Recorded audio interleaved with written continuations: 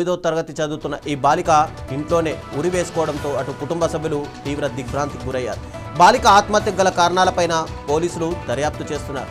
ప్రాథమికంగా బాలిక తన గణిత ఉపాధ్యాయుడు నరేష్తో వీడియో కాల్లో ఉన్న సమయంలోనే ఈ ఘటన జరిగినట్టు తెలుస్తోంది.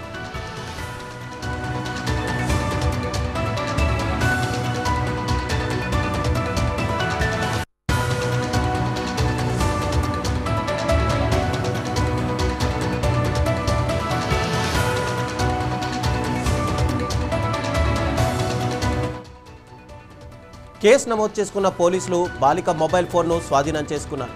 ఫోన్ పరిశీలించగా ఉపాధ్యాయుడితో చాటింగ్ వివరాలు కూడా బయటపడ్డాయి.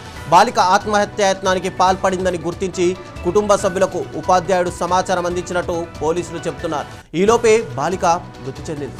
మృతదేహాన్ని పోస్ట్మార్టం నిమిత్తం గాంధీ ఆసుపత్రికి తరలించారు. ఇక పోలీసులు ప్రస్తుతం ఇప్పుడు అన్ని కోణాల్లో కూడా విచారణ జరుపుతున్నారు. త్రిలోచన్ సాహు అండి. నేను ఉండేది ముసాపేట్లో జంతనగర్ అండి. ఎప్పటిలాగే రోజు మాదిరిగా నేను డ్యూటీకి వెళ్ళిపోతున్నాను.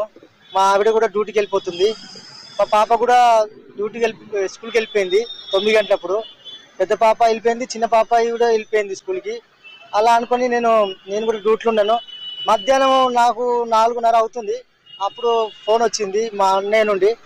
ఫోన్ వచ్చినప్పుడే అన్న చెప్పిండు షాకింగ్ న్యూస్ ఏంటంటే, ఏమో నీకు తెలియదా పెద్ద ఇష్యూ అయిందని. ఏందని అడిగాను. అప్పుడు అన్న అన్నాడు, మీ అమ్మాయి ఊరేసుకుంది అని చెప్పినాడు.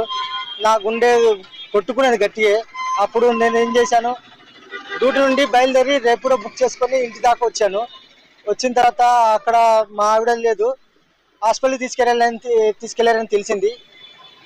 అక్కడ చర్చి తీసుకెళ్లారు. తర్వాత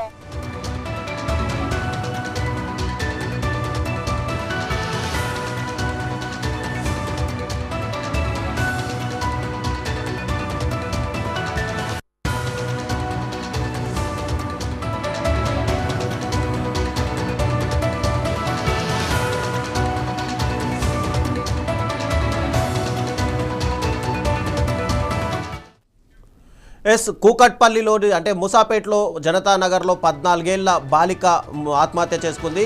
ముసాపేటలోని SM మోడల్ స్కూల్లో 9వ తరగతి చదువుతున్నటువంటి విద్యార్థిని అటు నైట్ సమయంలో గణిత ఉపాధ్యాయుడితో వీడియో కాల్ మాట్లాడుతున్న సమయంలోనే ఆమె సూసైడ్ చేసుకోవడంతో ఆ గణిత ఉపాధ్యాయుడే తిరిగి తన తల్లిదండ్రులకు అమ్మాయి సూసైడ్ చేసుకుంటుంది అని ఫోన్ చేయడం కూడా ఇప్పుడు ఒక ఆశ్చర్యం కలిగించే విషయంగా అయితే కనిపిస్తుంది.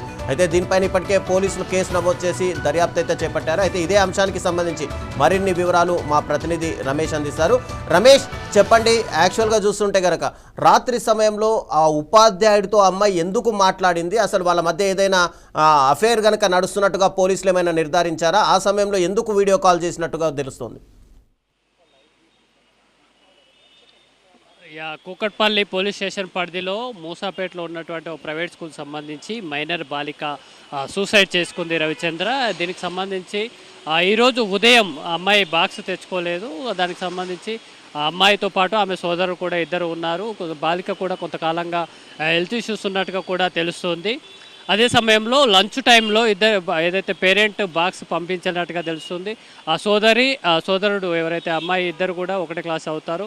ఇద్దరు కూడా వెళ్ళి మధ్యాహ్నం లంచ్ చేసే సమయానికి ఆ అబ్బాయి కొంత బయటికి వెళ్ళాడు, ఏదో పని మీద వెళ్తే అతనికి ఫోన్ చేసి నేను సూసైడ్ చేసుకుంటున్నాను అంటూ కూడా ఆ బ్రదర్కి చెప్పింది. అతను కింద ఉన్నటువంటి వాళ్ళ పిన్ని ఎవరైతే ఉన్నారో ఆమెకు ఇన్ఫర్మేషన్ ఇచ్చాడు. ఆమె పైకి వెళ్ళి చూసే టైంకు ఆ అమ్మాయి అయితే మైనర్ బాలిక ఉరేసుకొని చనిపోయినట్టుగా కూడా తెలుస్తుంది. ఇప్పటికే మైనర్ బాలిక మృతదేహాన్ని పోస్ట్మార్టం నిమిత్తం గాంధీ ఆసుపత్రికి అయితే తరలించడం జరిగింది. ఇదే సంబంధించి అమ్మాయి యొక్క పేరెంట్స్ ఎవరైతే ఉన్నారో వాళ్ళు పోలీస్ స్టేషన్లో కూకట్పల్లి పోలీస్ స్టేషన్కి అయితే ఫిర్యాదు చేయడం జరిగింది. కంప్లైంట్ని తీసుకున్నటువంటి పోలీసులు అయితే దర్యాప్తు చేస్తున్నారు. అదేవిధంగా మైనర్ బాలికకు సంబంధించి ట్యూషన్ చెప్పేటువంటి టీచర్ గణేష్ ఉన్నారు. దాంతోపాటు స్కూల్లో కానీ టీచర్కి సంబంధించి ఇష్యూస్ ఉన్నట్టుగా కూడా తెలుస్తుంది. ఏదైతే సూసైడ్కు ముందు దానికి సంబంధించి వీడియో కాల్స్ కూడా అమ్మాయి వీడియో కాల్ చేసినట్టుగా కూడా చెప్తున్నారు. ఇందులో టీచర్లు ఎవరైనా ఇన్వాల్వ్ అయ్యారా, మైనర్ బాలికకు సంబంధించి వేధింపులకు గురయ్యారా, లేదా అనారోగ్యం కారణంగా కానీ మరే ఇతర కారణంగా కూడా ఆమె సూసైడ్ చేసుకుందా అనే కోణంలో కూడా పూర్తి స్థాయిలో పోలీసులు అయితే దర్యాప్తు చేస్తున్నారు. మైనర్ బాలిక తండ్రి ఇచ్చినటువంటి ఫిర్యాదు మేరకు కేసు అయితే ఇప్పటికే ఎఫ్ఐఆర్ కూడా పూర్తయింది. దీనికి సంబంధించి కూకట్పల్లి పోలీసులు అయితే అన్ని కోణాల్లో దర్యాప్తు చేస్తున్నారు రవిచంద్ర. అంటే గణేష్ ఉపాధ్యాయుడు గణేష్ని పోలీసులు అదుపులోకి తీసుకున్నారా?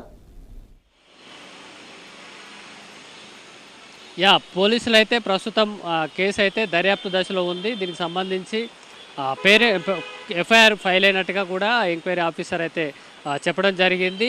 దీనికి టీచర్స్ స్కూల్కి స్కూల్కి సంబంధించినటువంటి టీచర్లు ఉన్నారా లేదా ట్యూషన్ చెప్పే టీచర్ ఉన్నారా ఏంటి అనేది కూడా దర్యాప్తు ఇంకా ప్రస్తుతం కొనసాగుతుంది. పోలీసులు ఎఫ్ఐఆర్ నమోదు చేసి ప్రాథమిక దర్యాప్తులోనే కేసు అయితే ప్రస్తుతం ఉంది.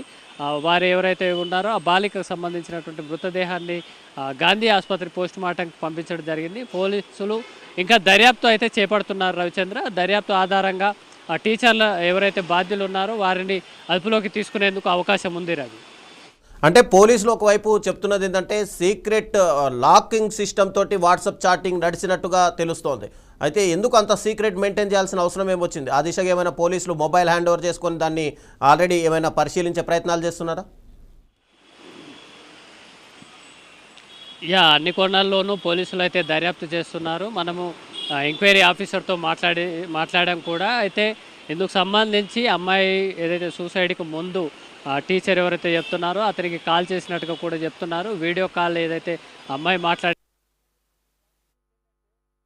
దాన్ని కూడా చెక్ చేస్తున్నారు. ఇందులో అరెస్ట్ ఉన్నాయా లేదా అతి మనకి ముఖ్యంగా మైనర్ బాలిక కేసు కూడా కొంత సెన్సిటివ్ కేసు కాబట్టి కొంత. Thank you Ramesh.